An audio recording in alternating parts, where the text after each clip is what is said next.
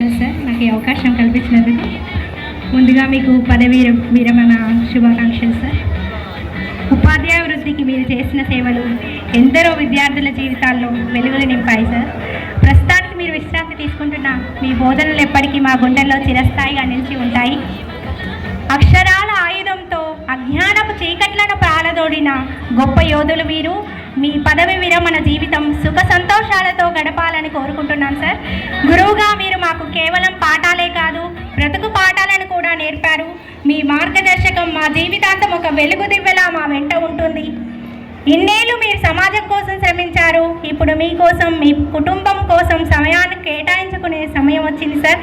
జ్ఞానాన్ని పంచిన మీ చేతులు ఇప్పుడు ప్రశాంతతను అందుకోవాలని కోరుకుంటూ హ్యాపీ రిటైర్మెంట్ డే సార్. అక్షరానికి ప్రాణం పోసి విద్యార్థుల భవితకు బాటలు వేసి ఇన్నేళ్లుగా అలుపెరగని కృషి చేసిన మా ప్రియతమ గురువుగారు మీరు. మీకు కృతజ్ఞతలతో గురువులపై నేను రాసిన ఒక చిన్న పాట సార్. గురువులకు వందనం, గురుదేవులకు వందనం, విద్యా బుద్ధులు నేర్పే అధ్యాపకులకు వందనం. గురువులకు వందనం, గురుదేవులకు వందనం, విద్యా బుద్ధులు నేర్పే అధ్యాపకులకు వందనం. ఆత్మవిశ్వాసాన్నెంతో మాలో నింపి అలుముకున్న చీకట్లను పారద్రోల వేసి జ్ఞానబోధనెంతో చేసి మా భవితను మార్చి అంతలేని పెట్టినట్టి గురువులకు వందనం, గురుదేవులకు వందనం, విద్యా బుద్ధులు నేర్పే అధ్యాపకులకు వందనం.